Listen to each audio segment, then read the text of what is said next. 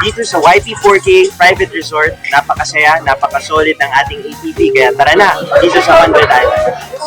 Super saya na experience na mag-drive ng buggy. Everyone was very helpful in accommodating us. And ang ganda ng view na dinaanan namin, yung tracks. Very exciting.